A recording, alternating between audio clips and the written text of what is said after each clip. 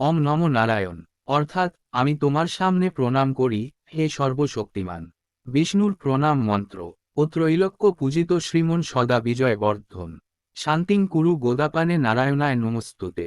বিষ্ণু সর্বশ্রেষ্ঠ দেবতা, ত্রিদেবতাদের মধ্যে পালনকর্তা হিসেবে পরিচিত, এবং ত্রিদেবতার অন্য দুই দেবতা ব্রহ্মা হলেন সৃষ্টিকর্তা এবং শিব হলেন প্রলয়কর্তা।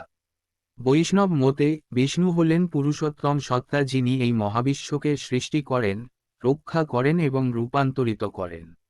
শাক্ত মতে দেবী বা আদিশক্তিকে পরম পরব্রহ্ম হিসেবে বর্ণনা করা হলেও আরও বর্ণিত হয়েছে যে তিনি জগতের সৃষ্টি, পালন এবং প্রলয় কর্তা হিসেবে ত্রিদেবতা ব্রহ্মা, বিষ্ণু ও শিবকে সৃষ্টি করেছেন।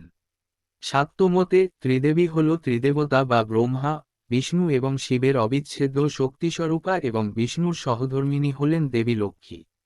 বৈষ্ণবমত অনুসারে ঈশ্বরের সর্বোচ্চ রূপ বা সগুণ রুক্ষ হল বিষ্ণু, এবং তিনি অসীম, অতীন্দ্রিয় এবং অপরিবর্তনীয় পরম রুক্ষ এবং মহাবিশ্বের আদি আত্মা বা পরমাত্মা।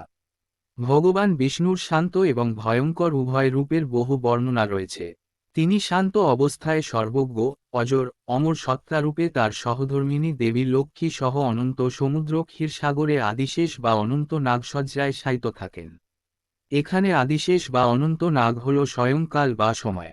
যখন পৃথিবীতে অধর্ম, বিশৃঙ্খলা এবং আসুরিক শক্তি বৃদ্ধিপ্রাপ্ত হয়, তখন বিষ্ণু জগতে ধর্ম ও ন্যায় প্রতিষ্ঠা, অধর্মের বিনাশ ও শিষ্যদের রক্ষার জন্য অবতার রূপে অবতীর্ণ হন। বিষ্ণুর অসংখ্য অবতারদের মধ্যে প্রধান হল 10 জন বা দশাবতার। শ্রীরাম ও শ্রীকৃষ্ণ হল অন্যতম।